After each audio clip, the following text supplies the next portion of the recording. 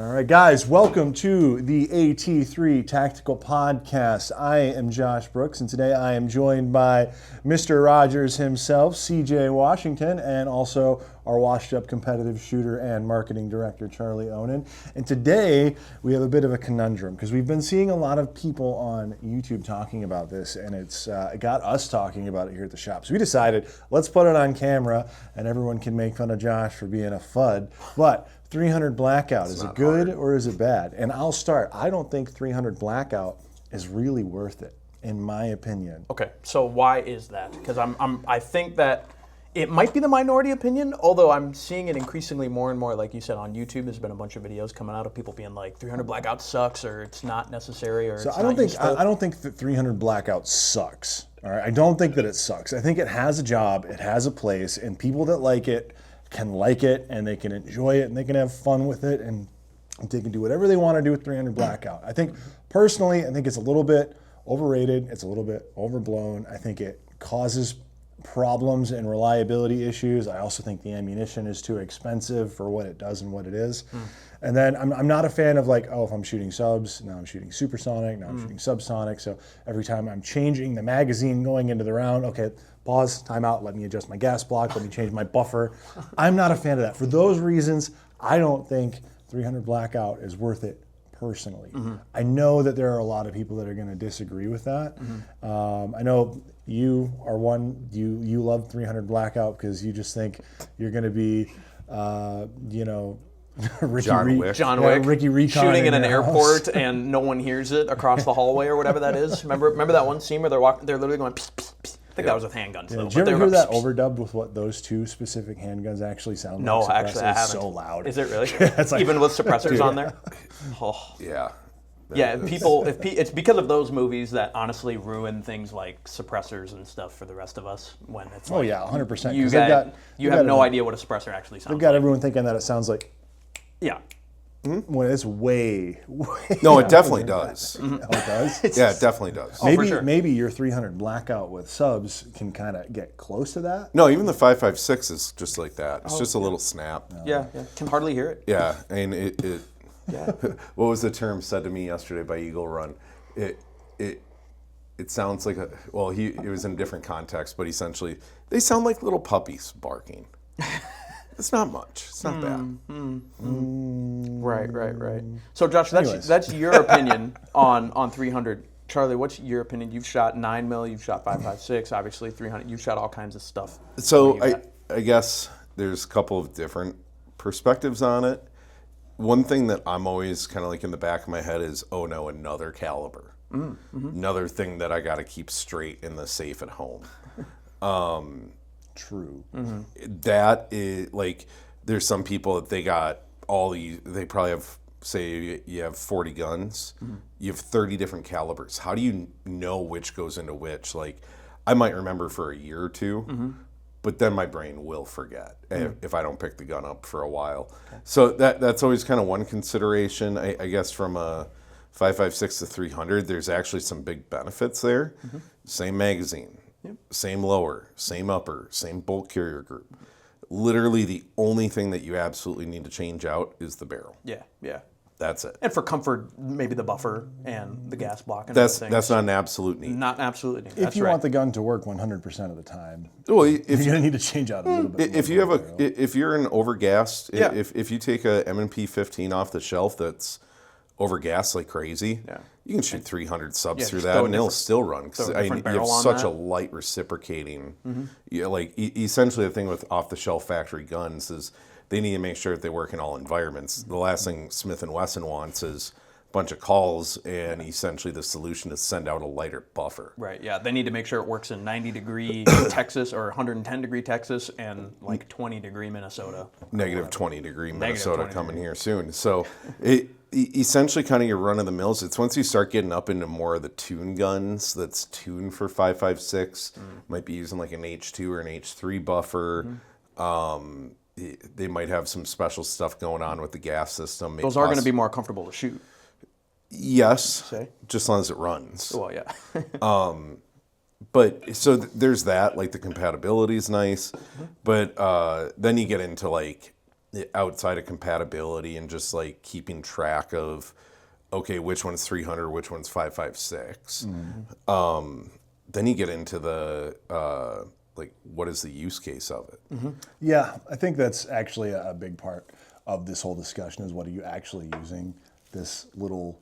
Yeah, so I mean, at the end of the day, a 300 Blackout round is essentially a 5.56 neck down. So actually the body of the case is identical. You can actually take one of these and do stuff with it and end up with this. I'm not going to use bad words. But essentially, from a manufacturing standpoint, it's the same base brass, different bullet, different weights of powder, probably different powder as well. I But think this is technically, if we go into NATO terms, I think this is like 7.62 by 3.5. this would be, 7.62. So, and I think it's by 3.5. Yeah, that sounds right. So It's not quite by 3.9, which is like 3.9 the would be standard an AK AK round.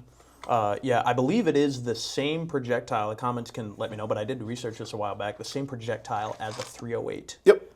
So it's basically like you want to shoot 308 out of an AR. This is kind of the way to do it. If you out of an AR-15, if you don't want to shoot an AR-10, Yeah, essentially, kind of a way to do it. there's kind of a family of diameters of bullets that you end up getting.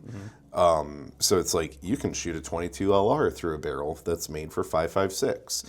It's kind of that family of calibers. So yeah, 308. The biggest thing that you're going to notice different between a 300 Blackout and the 308 is just the profiles of the bullet. If you notice on the 300s, there's actually some crimp lines on the bullet itself. Yeah. That just helps when they produce it. They crimp it. It just helps hold the bullet in position. have to find a way to put this on screen so that they can see. Yeah, and then with a 308, you might see that further down, or you might not see it at all, because 308 is more precision round. Yeah, more long range intended. Yeah, I mean, at the end of the day, I don't think anyone can agree saying that 300 Blackout's a long range caliber. Yeah, I don't think so. Although I have seen some people stretch it out to around 300 yards or so. I believe that's where most of the ballistic testing kind of ends. The ballistic data kind of ends around 300 yards. From doing a lot of research, or not a lot, a bit of research, it was about 150, 200, and it depends. So the other thing with 300 Blackout is there's supersonic, I think you can get like 77 grain, 70 grain, 300 Blackout rounds. They actually aren't that much more expensive than 223. Yeah. Well, that's what I was going to bring up actually, because when you talk about 300 Blackout, there's basically two versions. You have Then you get into subsonic. the subsonic, and most of those are going to be around the 220 grain mark, that flying right around 1,000, 1,050 FPS. Like these ones from MadTech, I think these are 200 grain subs. Okay. Pretty standard ammo from our guys at Bulk Munitions. Those guys are pretty awesome. Go give those guys a check out.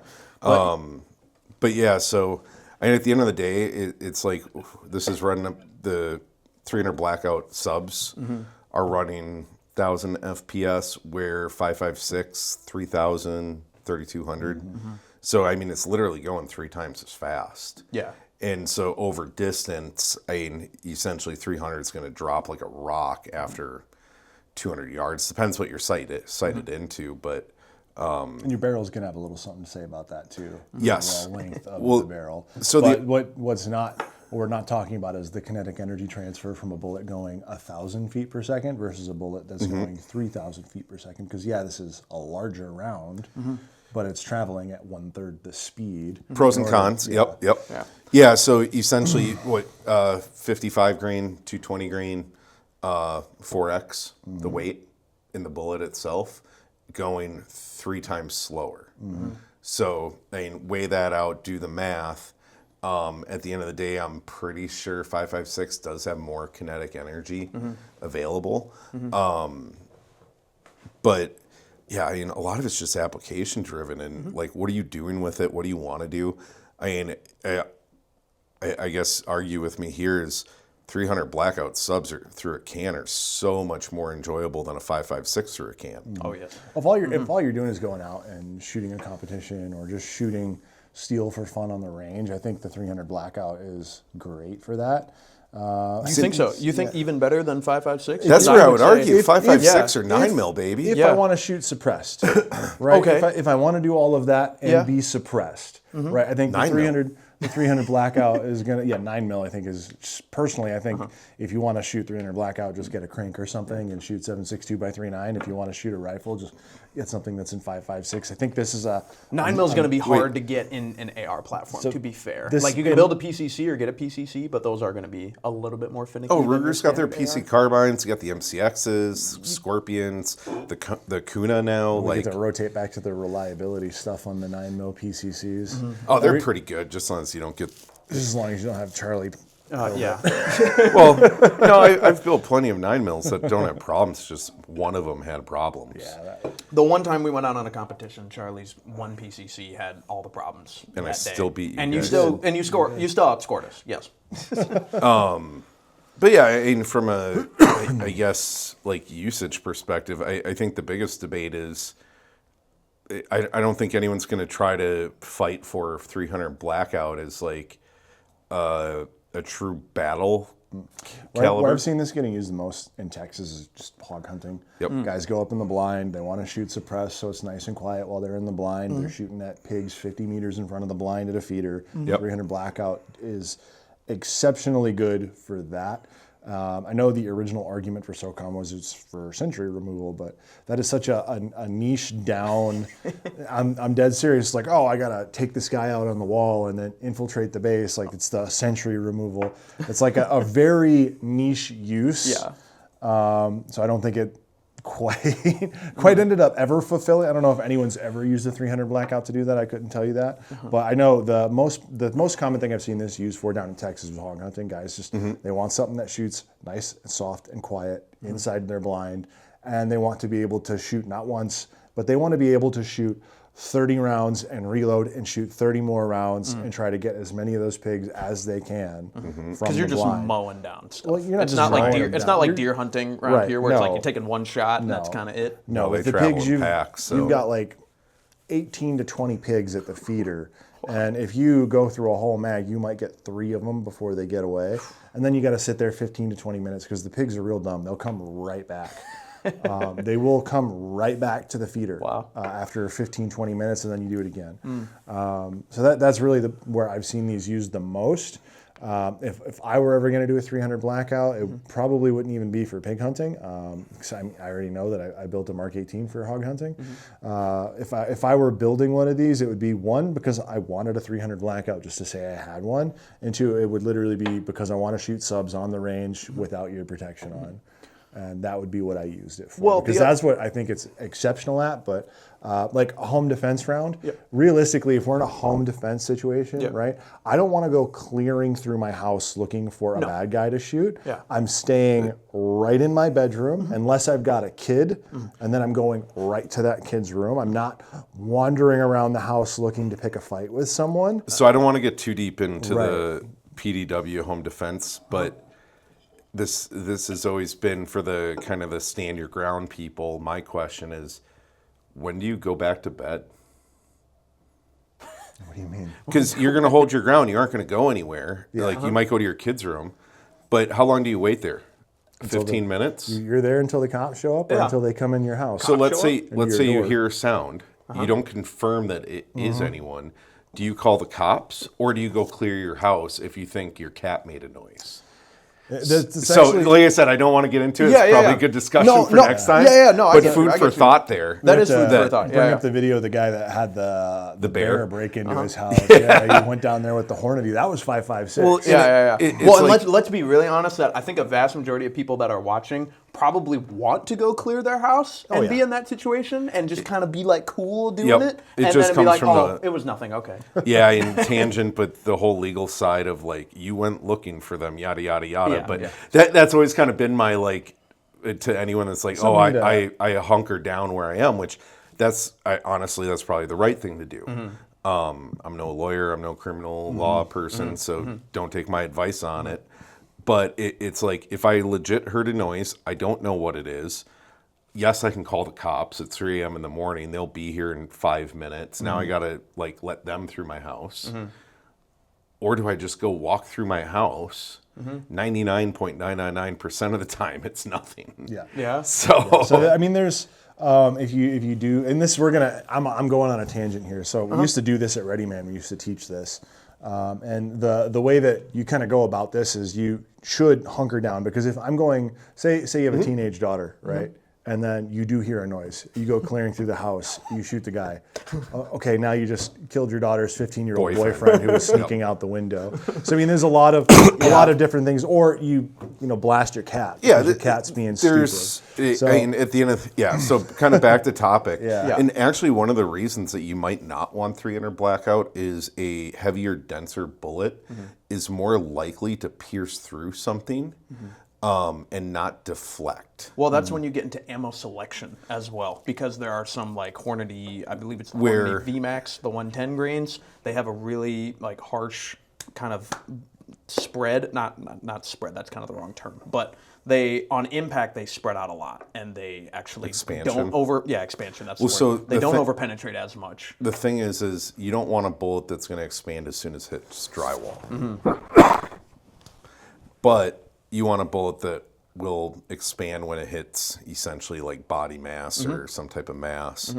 But now you get into like a car window situation. Do you need to shoot out of a car window into a car window? Through car windows.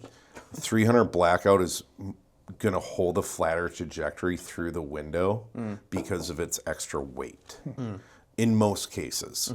5.56 is more likely going to get a little deflection going because of the lower weight, the skinnier bullet. Now, with the speed and the size of 5.56, it's going to penetrate very, very well through stuff that 300 Blackout probably wouldn't. But when it comes to like, okay, I got a hallway 20 feet that way, drywall, exterior wall, there's actually probably a better chance of 300 Blackout going straight through those than 5.56 going through 1, 2, getting deflected a little. Now that bullet's unstable, and then it hits the exterior wall, and that's kind of where it loses a lot of energy. It might go through, but just 300 is going to be stable for longer. that's once it starts hitting stuff. It's going to depend a lot on what it's hitting. Oh, 100%. Like if it clips a stud, it's going to do something totally different than if it hits the drywall. Oh yeah. So and then I mean, you hit a nail or you hit a screw in the drywall, it's gonna like.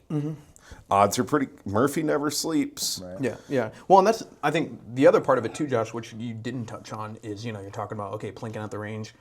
The other thing we didn't talk about is barrel length, because I mean 300 does offer some advantages. 300 really you shouldn't go longer than 10, 12 10 and inches. a half is about what I see. 10 the and a max half's powder about the burn sweet you spot. get. Yeah.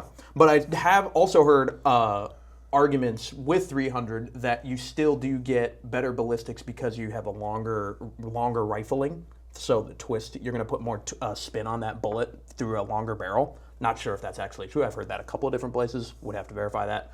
But I mean, I think if you're trying to go for a shorter barrel experience, like one of these, then how long is barrel on your home defense gun that you bought? my home defense is 7.5. 7.5. Yeah, 7.5, really short. And I designed that. The reason I designed it that way was because I was dealing with small entryways, small hallways, and kind of places that I wanted to keep it like under my bed. So I didn't want a big long rifle, right? I didn't want a big long thing. So I decided, okay, let me shrink it down, get it as small, compact as possible. And then also I put a folder on it so I could put it in a discreet bag, not a big long rifle case, so I could bring it around either to the range or just outside of my apartment with me or something like that when I was living in an apartment, that kind of thing. So, I mean, for those reasons, that's when 300 in my mind becomes an advantage, because okay, I'm dealing with a shorter barrel that still has a lot of good ballistics and a lot of good performance even with a shorter barrel. Does that kind of make sense? And that's Has sort your of assessment changed at all now that you've gone from an apartment to a house? I would say Apartment to mansion. the huge mansion. Yeah, YouTube pays great, guys. No. especially at our space. Yeah. Oh, yeah. Especially at our space. Yeah. No. I would He's say practically living like Grantham out right on 600 acres out there in northern Minnesota. Yeah. Exactly. Grantham. Yeah. Good comparison. So I would say no, just because the way my won't get into it too much, but basically the way my house is set up and where I'm sleeping, it is still pretty narrow, and I still like having a shorter option there. Now, with that said, I do still have a 5.56 gun that I can, throw that upper onto that lower, and then be like, okay, great, now I have a 5.56 gun. I could also build out a whole other 5.56 gun, because I do think it's important that everyone who is at least an AR owner does have a 5.56 round, because it is so prevalent. And if something were to happen, if you don't. Yeah, if something were to happen, like, kind of end of the world situation, you probably still should have 5.56 capable gun at the end of the day. I think that is this technically still considered like an exotic round? I don't think so. That's what I think it is. I know when it was initially, it was like everyone kind of was like it's an exotic. Well, you had to brew caliber. your own was like kind of. I mean, there's a period of time where it's almost like 8.6 Blackout now. There's a period of time where like there was one person making it. It wasn't cheap. You could 5.56 or 2.23 was available. The plenty. Yeah. 20 cents a round, 25 cents a round days, and you can essentially just make that into that. Yeah. Well, and the thing is, it's a lot of it has to do with how many manufacturers are actually making these types of ammo. I was watching the Vortex video. They did a great video on 223 versus 300 Blackout for hunting. Very interesting video. You guys should go check it out. But then they said, okay, there's about 200 and I'm going to get the numbers totally wrong, but about 240 different 260 different manufacturers of 223, and there's I think 61 or so manufacturers of 300 Blackout. So just simple supply and demand things there. There's less people making that, so it's going to be less prevalent. And if we're talking about like I need to scavenge ammunition, we're going to find this. Well, I think that's a kind of good segue into like, okay, practical application outside of the house. There's essentially there's a lot of ways, but let's say zombie apocalypse. Really quick before we get there, so do we agree or do we all disagree that 300 is good for in-house defense, home defense? In-home defense, I'd rather just use a 9mm. You'd rather use a 9mm, that's PCC yeah, so or handgun. So I have a MP5 that is my home defense gun. I'd be going to one of these. 300 Blackout, 300. Over 223 or even 9mm. Yeah, for in-home defense, yes. For the shorter barrel and the subsonic, or for other reasons? Shorter barrel, subsonic, add a can on it. Essentially, from a penetration standpoint, both are going to do the job. Like really hit them in the right spot. You're going to hit the stop button on them pretty quick. Sure, absolutely. So me and Charlie agree. Josh, you disagree. That's okay. I don't disagree. I would just say that I prefer. You would prefer to have use 9mm. So my philosophy on gun building and gun ownership. I'm doing my Donald Trump right now. My philosophy. No. So my philosophy on it is that the ammunition should be all super common. Okay. And I should be able to get it very easily, and I also like ammunition to be affordable. And I don't think 300 Blackout hits all of those yet, where it's super common to find and it's super affordable. It's 25 to 30% more expensive than Yes. 5.56. So yes, it is more expensive. But I don't know, these days, like you can go to Cabela's, you can go to any gun store and get it, and it's not hard to find. It's now if you want one particular type, it might not be. Like one thing I'm looking for right now today is 124 grain 9mm. Super hard to find. For some reason. But yeah, so like you just might get shortages of what you like, but. But so then going back to what you were saying before, Charlie. Okay, we kind of have our thoughts on home defense outside the home. This is when things now get we're moving to the interesting. zombie apocalypse. Yeah, this is when things get kind of weird, especially for 300 Blackout. But were you going to say something about like what the good applications are, if any, for 300 Blackout outside? Well, I mean, outside it's just like if you're in like tight city space. My mind always goes to Walking Dead. Essentially, the show starts, I believe they're in Atlanta or they're trying to get to Atlanta. Like in those tight cities, 300 Blackout's a viable option. But we're going to throw this out there. Okay. You never know what you're going to get into next. So, okay, let's say you somehow, now you're at the top of a building and you legit have a 300-yard shot you got to make. To take out the zombie king. And so that's where like I would much rather have 5.56. Yeah. And or then, anything like 308 or something. And then probably the most common argument for 5.56 223 is that's what you're going to find on the ground. Yeah.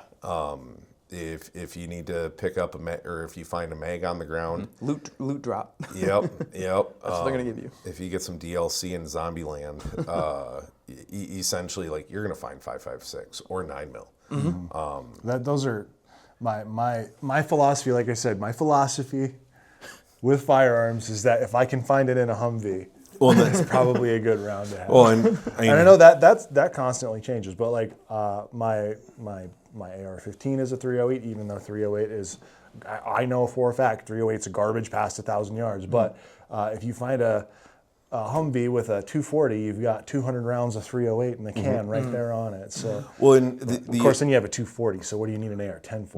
Well, the other thing that you're getting at too is defensive versus offensive. Right. I mean, how often are you being you're being defensive outside of 100 yards? Right.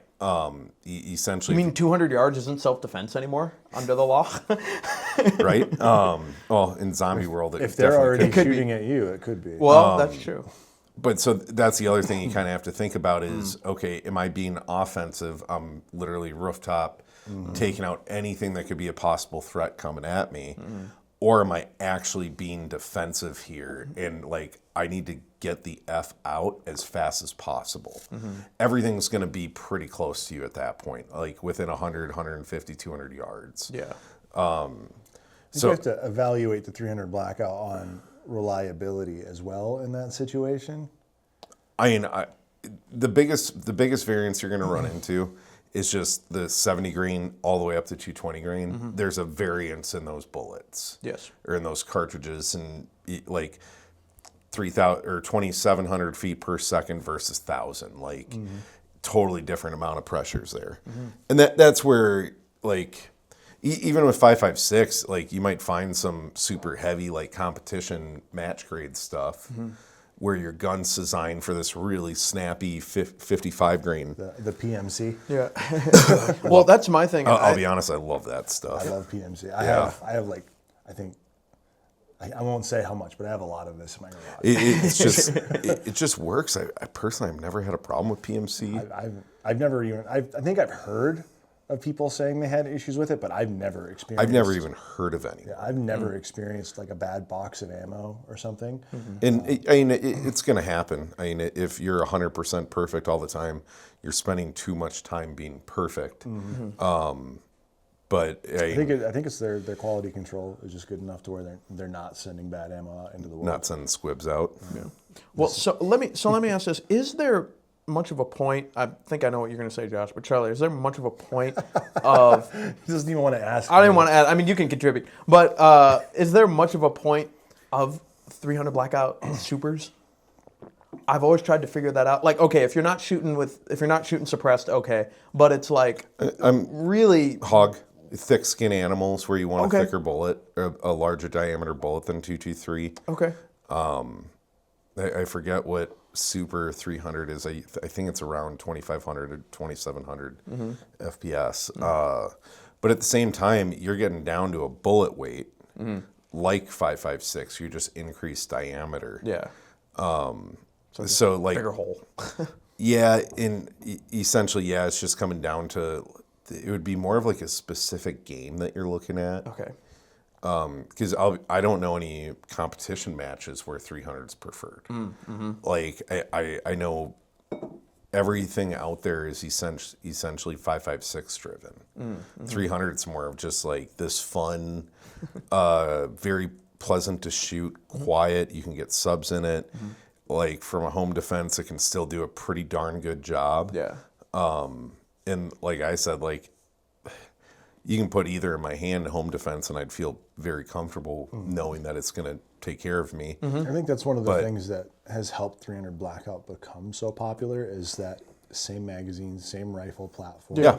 It is the same manual of arms to the thing that we've already been using, in some cases for some of us, 30 years. Yeah. And then if I gave you the 7.62 by 3.9, just slightly bigger, and I put it in a crank, So that you had the short barreled and the short. Everything's AK. different. Everything's different. The whole gun is different. Yeah. Everything about it. Now I got to go like this. Well, it's not just that. Like even taking the gun apart and working on it, it's a totally different experience. But just basic fundamentals, just that changes. How you charge the gun changes. So, the other, and you brought up earlier, 9mm. That's kind of the, like 300 Blackout's kind of that happy median between 223 and 9mm. Yeah. At a much higher price tag. Yeah. I'd be interested to see like a no crap comparison to this versus this, like a subsonic 300 going through some ballistic gel next to like a 45 ACP. I bet the damage would be 45 ACP will go like 4 inches. I bet the actual damage on the gel will be comparable though. Like the wound channels through the ballistic gel. I was going to say, if you ever find 45 ACP on the ground during the apocalypse, within 10 feet you can probably find a 1911, and then within another 10 feet some really old guy. It Been reminds me carrying of, this since the war. you remember the movie Red Dawn? Oh, yeah. Where, Which one? The original or the remake? The original. There's a sequence where it starts. It's on the back like this guy's Ram Charger, and it like zooms out. The bumper sticker says, "You can have it when you pry it from my cold dead hands." And then it's the Cuban guy pulling the 1911. It's such a powerful scene for that movie where it's like, holy crap. Yeah. And that's just, if you're going to be in that situation, you might want to have some friends, not just you and your Ram Charger with a 1911. And even from like a 5.56 standpoint, like as soon as you put a can on there, you might have reliability issues. Like, Well, that's when you get into things like, tunable gas blocks, adjustable buffers. So Those are all things that are going to I make think it at the end of the better. day, Speaking of that, I think this might be about enough for someone to buy an adjustable buffer. Oh, absolutely, yeah. Especially right now. If you want an adjustable buffer or adjustable gas block Odin or works something. heavy. Yeah, here we go. Here's a nice little buffer. $100 gift certificate. gotta get- One-time might gotta get use closer. for anybody to use it. Anybody watching this, you can go put this in on our website and see if you get 100 free bucks or 100 freedom dollars or 100 AT3 freedom dollars. Yeah, Okay, that's it. Use the gift card line. It's not a coupon code; it's a gift certificate. So use the gift card line, and first one to use it gets it. Once it's been used, it won't work for anyone else. There you go. Hopefully. You'll have to check. Let us know in the comments what you get. Yeah. And now that we've lost literally everyone to the website, We'll just wait here 5 minutes for them to come back. just give them a second to come back. Just stare Or at they're each listening other. Get to it back in the into background. this tab, the YouTube tab. Yeah. Come back and But join us, so- guys. Did we actually come to did we actually figure out where 300 would work outside the home in I a mean, situation? Zombie apocalypse, if you're just trying to get out. So a get out bag, kind of, or a nightstand gun that you then can get and And as you're running out. I had to leave the house with one Yeah. rifle, 5.56, Okay. all day. Okay. Just because you can find it. Just because I can find it, Yep. there's more options out there. The barrel is going to be easier to replace. Yeah, If you're in like an end of the world situation, you're replacing your barrel. I'm replacing my gun at that point. Yeah. You might need to just replace just your barrel. What if you've got like a super awesome AR that you're Dude, really I'm gonna. attached to, you know? I'll throw that on my back and pwn someone else if I need to and take Honestly, theirs. yeah. This is a weird podcast. If I get that far. This is a weird episode of the podcast. But so one of the main things too is like 300 Blackout. We talked about barrels earlier. 10.5 barrel. 223 actually. Once you start getting short, you actually can run into a lot of problems because they are not designed for a barrel that short. No. I think Really, 11, what is it, 11.7? No, 13.7, I think is probably my favorite length, but my Mark 18 is a 10.3. I mean, this one's a little stubby 5.56. I forget how long the This barrel is probably is. 8.5 inch or 9 inch. Looks like Oh gosh, no. definitely less than 10. Oh that- yeah. I mean, it's probably closer to like a 6.5, 7-inch barrel. Okay, yeah. See, that's going to start not performing as well. Because, I mean, the ideal length, isn't the ideal length for 223 like 20 inch, like a 20 inch barrel? They do ballistic testing at 24 inches. Yeah, That's like because the 24 inch that's barrel. going to give them the best results. So Yeah. like even 300 Blackout, suggestion most people is 8.5 to 10.5 inch barrel. Even if you go out to 16, you're still going to see velocity increases. now you take essentially like what percentage you extend your barrel, what percentage was that velocity increase. Then also, okay, if you're shooting subsonics, does that increase barrel length now make them supersonic? Oh, Because interesting. you can run into the same, like essentially the rating. So like this PMC X-Tac 55 grain, 3120 feet per second. So now it doesn't necessarily say what length barrel was used for that. My guess is like a 24 inch. Yeah. But now you put it through this, you might be close. You might be 2,000, 1,800, just because it's so inefficient. There's like you're literally blowing powder out the end. Yeah, you're not getting a full powder burn. Yep. So there's a lot of unused energy. But now you put a can on a 16-inch barrel. That's getting long. It's getting real long. Yeah. See the gas guy gun that we did? Yeah. So that was like a 18-inch barrel with a 6-inch can, and it had that huge. Is it? Griffin? Well, it had the Griffin can. It had the stock. the Fortis. Oh, yeah, I think the it was Fortis stock, yeah. Yeah, the It's like- really long Fortis stock. That gun was like 32 inches. Yeah. I When we think- measured it out. Yeah, it was really funny. literally like this long. It was the most Not ridiculous. something you'd want for home defense. Yeah, we were doing I remember we were doing the thumbnails. That's when I really first realized like how long that gun Panoramic. was. It was like a 24-inch barrel once Yeah. you had the can on there. Yeah, it's really long. I- It's really long. Yeah, and I guess outside of like anything close quarters or general range use, like at the end of the day, my opinion, 300 is much more pleasant to shoot, especially once you suppress it. 5.56, like even if you suppress it, it's still supersonic. I think we found that they do make subsonic 5.56 rounds. Yeah, I think we did find that, but it was like weird. If It was really niche too. if price is of concern, that is not the route to go. Like that makes subsonic 300 Blackout look very cheap. Oh, wow. But I mean, outside of that, like CQB, like I'd probably go 5.56 Even in CQB? outside of outside of that. Okay. outside of CQB. In my house, 300. Outside of my house, 5.56. Unless we're going hog hunting or some other like thick-skinned game that's going to be close quarters. Yeah.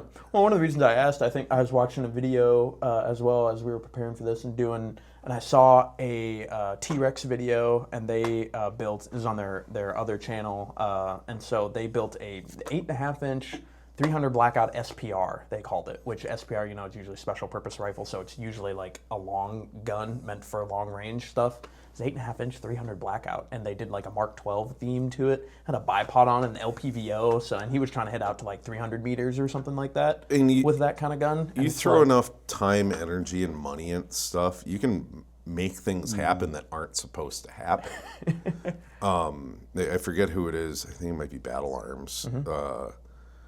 I forget what caliber it is, but they're saying it's like out of like a little 10-inch going out to like 600 yards, like MOA. Really? If you try hard enough and you get used to your gun enough, like I can take that Mark 18 out to 400 to 500 with that ACOG on it. Okay. Is it every single time that I can ring steel? No. It's like one in every 3 to 5 shots I can ring the gong. My eyes won't even let me see that far out. But now, if I did that with my DDM4 with the 16-inch barrel, that's not a hard shot. Yeah. At all. And that's just 6 inches of barrel, right? Because that does so much to the round.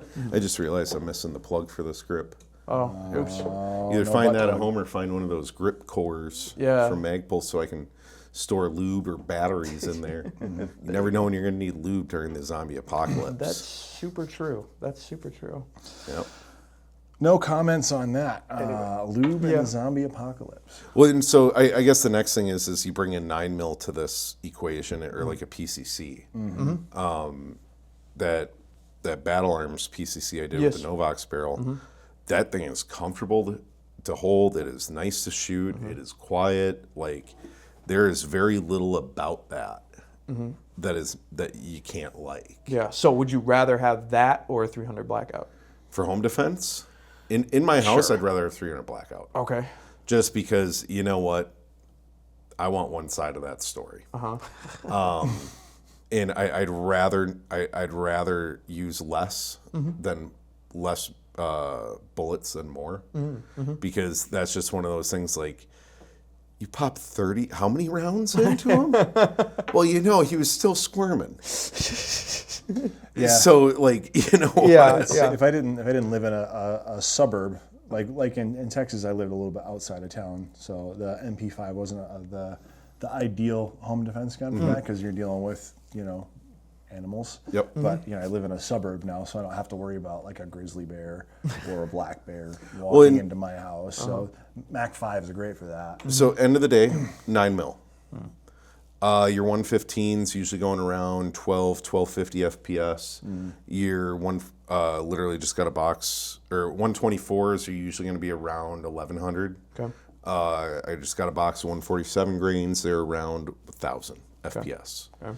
So 147 grain going 1000 FPS. This is a 200 grain going 1050. So more weight. Yeah, more weight. I mean, what is that? 30-40% more weight, 50% more weight at essentially the same speeds. Okay. So essentially this will pack more of a punch than 9mm will. Yeah. Per the math. But now let's say you run a 9mm in a that Novox build, that Battle Arms build, that barrel. Have you shot that yet? I have. How was it? Very comfortable. Shot 115 through it. So this is actually what I'm getting at with it is, since that barrel is ported way back at the receiver, it's not uncommon for supersonic ammo to turn subsonic because it releases so much gas behind it into that blast chamber before it hits the can. If you guys want to see like a breakdown video on how that barrel system works, let us know. Oh yeah. We got a Hopefully I should be done with that in about 30 days. we got a really cool. It's one of the first ones that was made. It's a Novox is the company name. They make it. What is that thing called? Do you remember what that thing was called? Oh, it's some acronym or something like that, but It's a really new product. It basically lets you integrally suppress. yeah, it's a little 5-inch really? barrel for ARs, so your 9mm PCC or AR9, little 5-inch barrel back by the receiver. Essentially, it just barely clears the barrel nut. There's porting in the barrel, and then there's a shroud that screws on over that. That shroud comes out over the barrel, and then essentially you have a hub. You have hub threads. They give you two options. I think one's an alpha, one's hub. Yeah. And something like that. so you can direct screw your can right onto it. That's cool. And I did the Hux 9K Ti can on there, super light. Is that the 3D printed one? Yeah. Yeah, Well, yeah. I mean, Well, it's industrial 3D printing. This It's, is uh, 3D printed. Yeah. Oh well, yeah. So, it's a big difference between industrial 3D printing. well, that one's just like ultra light. That 9K Ti, dude, like it's comical when you hold it without any adapters. When it's just the can itself, it's very light. And so, yeah, you put that out at the end of the gun. So a little 5-inch 9mm with that can. But the thing I was talking to Schaus earlier, and like, I think I got to chrono this thing. Because if I'm shooting 147s out of it, like, are they actually going a proper speed? Yeah, Like, yeah. Are they going 600 FPS out of it? Like, maybe I should be shooting 115s out of this thing. Yeah, yeah. So that they're actually going supersonic, like you. Well, want the thing is that, super 115, usually around 1250 FPS. I think, I forget exact speed of sound, but usually I usually go by about 1100. You can Google that real quick. I usually say 1100 FPS. That's just kind of what I keep in my mind. But so essentially with those ports in there, in the gas relief, the speed will drop because the pressure drops. Oh, sure. Yeah. And therefore your 115 that's supersonic might become subsonic without you knowing it. So now you go to a subsonic round. 1125. Yeah, that's why I say 1100. Close enough for me. And honestly, like deviation of bullets. I mean, how many times I'd see a bullet go 1000 FPS, next one 1030, next one 950, next one 1,000. No, I mean, you saw that when we were in Canada. You saw those are like extremely Precision. precise, hand-loaded rounds, and they were getting huge. They were getting extreme spread on their FPS. That was some of them. The ones Ronnie was shooting, I don't know what was going on with his load, but he was getting like a spread of 50, 50 feet per second on his rounds. At what speed? It was like 29 something. I don't know.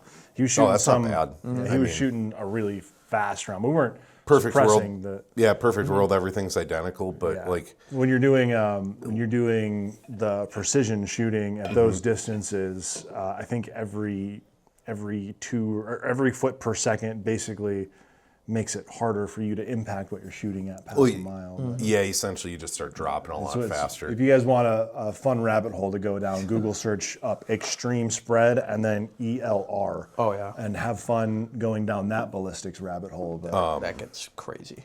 But I mean, so they're going 2,900 to bring that into perspective, like a 50 FPS delta on 9 mil is not unheard of. And that's going 1,000. So about 3 times slower, but the same spread.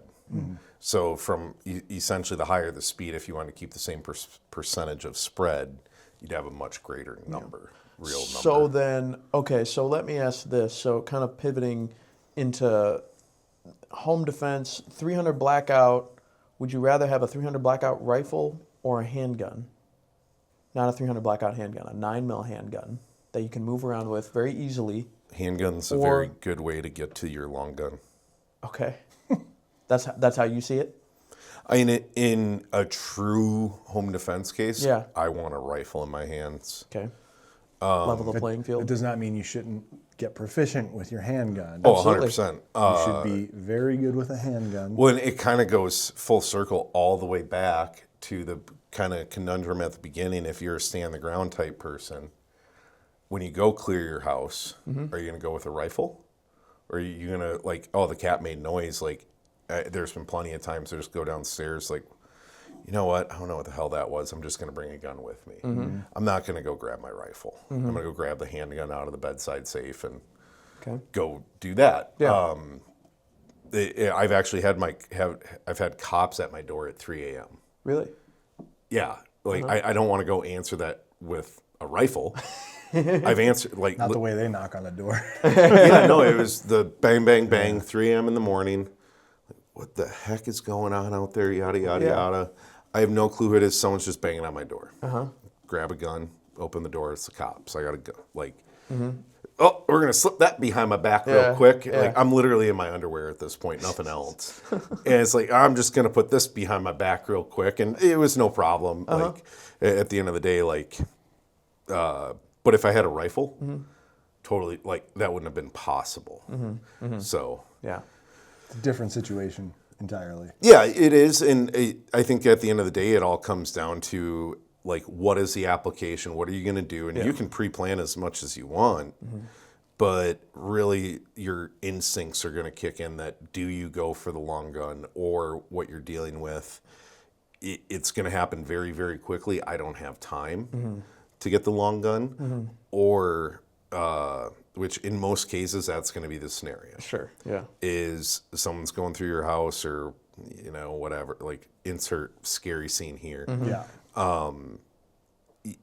You aren't going to have time to go open a safe, grab the long gun out of it. So unless it's staged in a way that you can get to it quickly, like really from a home defense scenario, it's whatever's available first.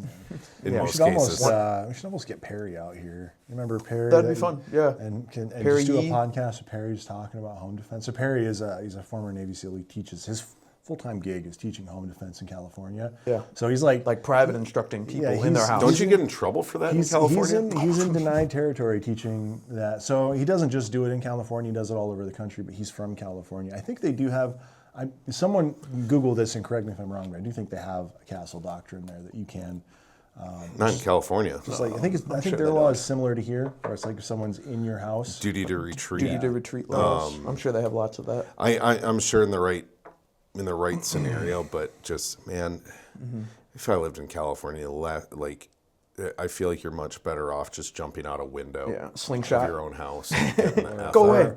We're not too far behind here in Minnesota with bad laws. I know Michigan is also kind of in the dumps right now. They've got a new whole set of bad firearms laws. The one thing that always, and this is a totally different discussion than 300 Blackout and 5.56, was one of the things that made me almost pump my brakes on coming here was the duty to retreat law. I think, isn't that being contested right now here? I someone's guess trying to in contest it? my opinion of it, you do what you got to do. Yeah. Like at the end of the day, so it was like the first permit to carry class I took years ago.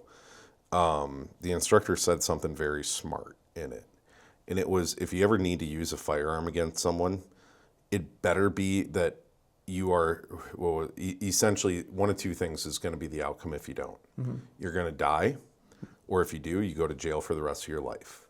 Are you okay with that outcome for if you go take this action?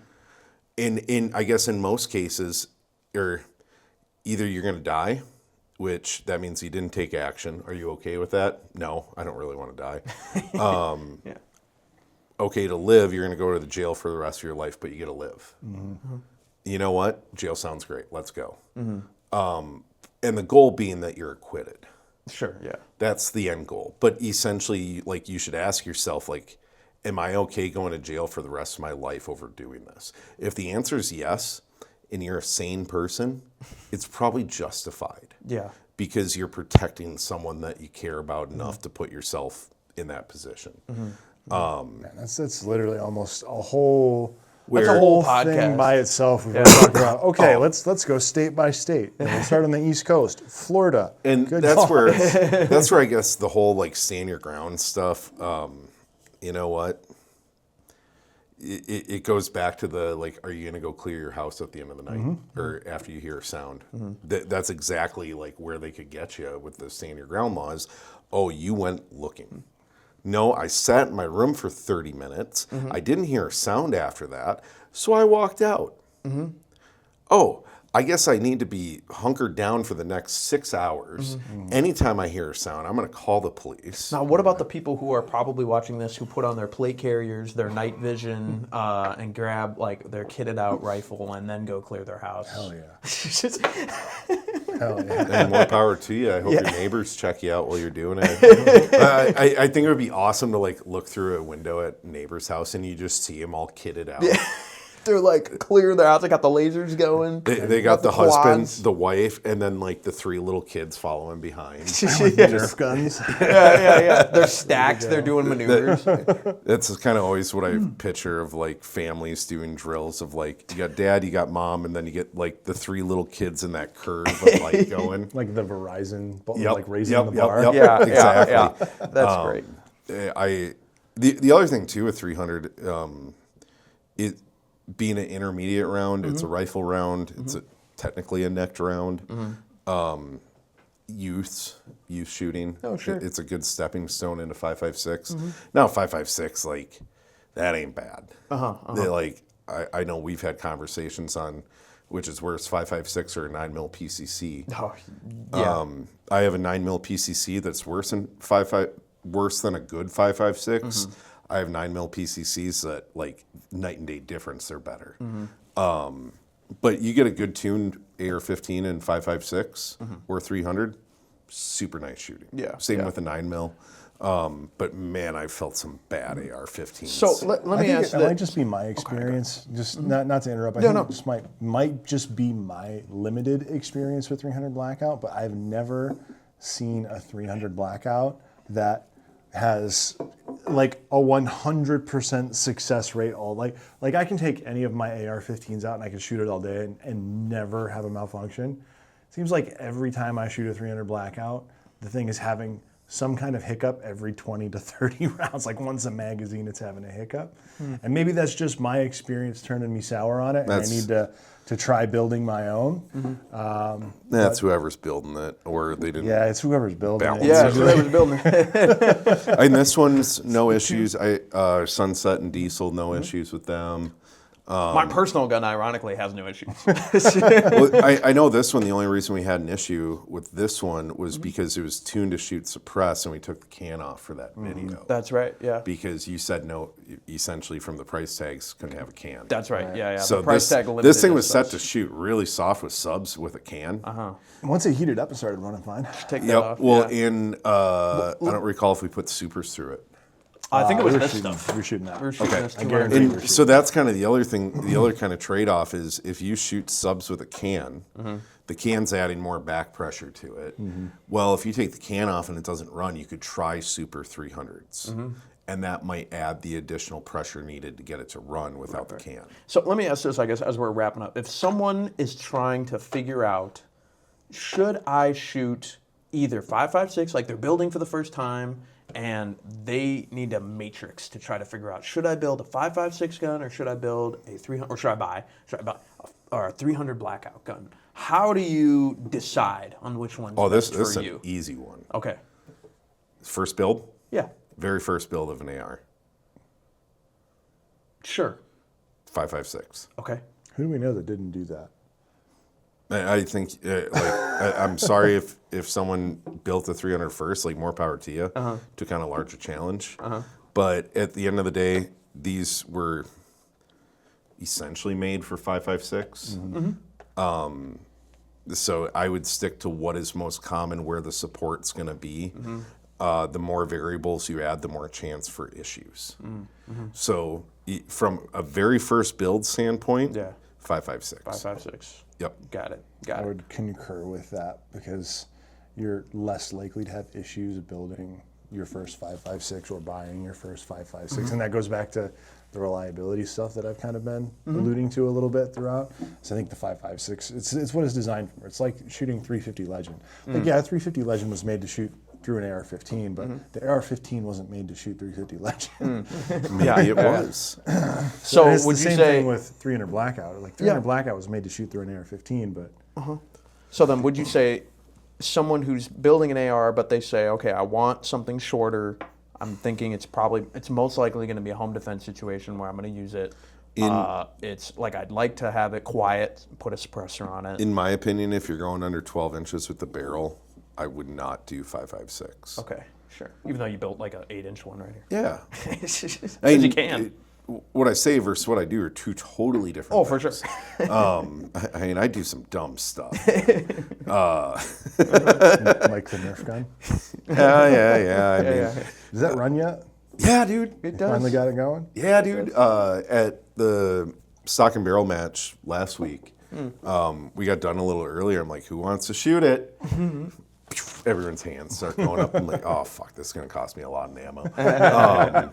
But I had 4 people shoot it after hours, not one hiccup. That's awesome. I had to do a bit of work to it. But essentially, I had to enhance the feed ramp into the barrel. Oh, sure. But the big thing that did it was like high polishing of that feed ramp. That thing was kicking your butt for a little bit there. Dude, that's been the hardest AR that I've ever built, like Wow. of any caliber. Wow. It's because you put the Nerf logo on it. You haven't even gotten the cease and desist yet. Just wait till that comes out. That's when I know I made it. Might be a little harder. Yeah. When you get the Nintendo cease and desist, that's when you know you made it as a Cerakote guy. No, So, Charlie- I'll get the Lego one first. So I got a project. So, Charlie, you say if you're going under 12 inches, that's when 300 is probably the move. Well, just 5.56 is not the move. Yeah, okay. And so, in so facto, That's when you want to think about at least other alternatives. Josh, is there ever a situation where you would recommend 300 Blackout as a option for someone if they're trying to build something? If you want a really fun firearm to shoot suppressed, I think that's what 300 Blackout is best for. It's such a soft shooting, quiet firearm that I think that would be when I say, yeah, get a 300 Blackout. Just build a 300 Blackout. Plus, it's kind of fun, right?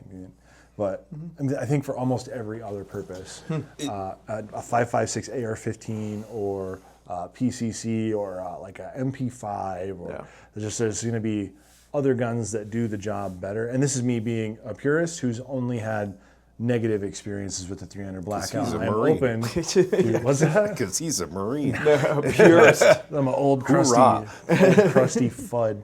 Back in my day. Back in the war. Back in the war. We landed on Oklahoma Beach. Oklahoma Beach. We actually did land on a beach in Kuwait when I did the Mew. I forget what that was called. Hey, that's pretty cool. I guess CJ, same question to you then.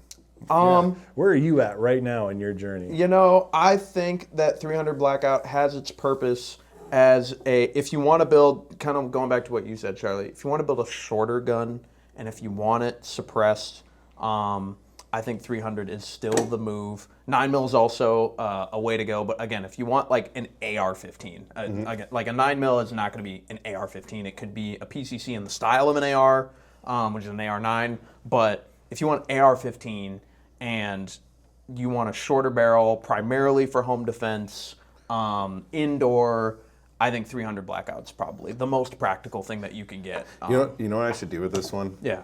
So I should Rebarrel it? No, I should put on a nice fat comp. Oh. Just something, because that's the other thing with 5.56 indoors. Yeah, oh yeah. Compared to 300. Dude, that concussion, like you have a mini flashbang right here. Oh yeah. You know what? I think the funnest gun, I say this sarcastically, the funnest gun I've ever shot indoors was that Scar 17 Heavy at, was it 2F by the Sea? Yeah. I had that Scar 17 from guns.com. That thing was like, it was like setting a stick of dynamite off in front of your face every time you pulled the trigger. It was just, woof. Yeah. Even with doubled up ear pro, and I had the nice expensive contacts that I was wearing, like really nice ear pro, it was still just like rattling my teeth in my skull every time I shot that. Well, that's because that's not sound, Yeah, really. so that's when the you're- concussion. Yeah, so that's when you're getting up into the 308s. So the opposite of one of these. We do have to call this though, because our esteemed marketing director has duties that he needs to attend to. Has so we can't marketings keep that it he too needs to much direct. longer. Yeah. So you got any closing thoughts, CJ? I don't think so. I think this is. I think I'm still a 300 Blackout stan. Maxi. Yeah, I'm still a 300 Blackout stan. You didn't change my mind. But I think it all has to do with application and what you're trying to do. But yeah. And like I said at the very beginning, if you are a 300 Blackout guy, like more power to you. I'm happy that you're happy. I want to go out to the range with you still. I still want to shoot your gun. Here's my thing. I think most 300 Blackout people are very happy to shoot 5.56. Yeah. It's the 5.56 people that don't like anything else because they're the purists. And if it ain't a 30-30, it ain't killing a deer. You just called me out. Wow. All right. All right, and on that note, we will see you guys next week.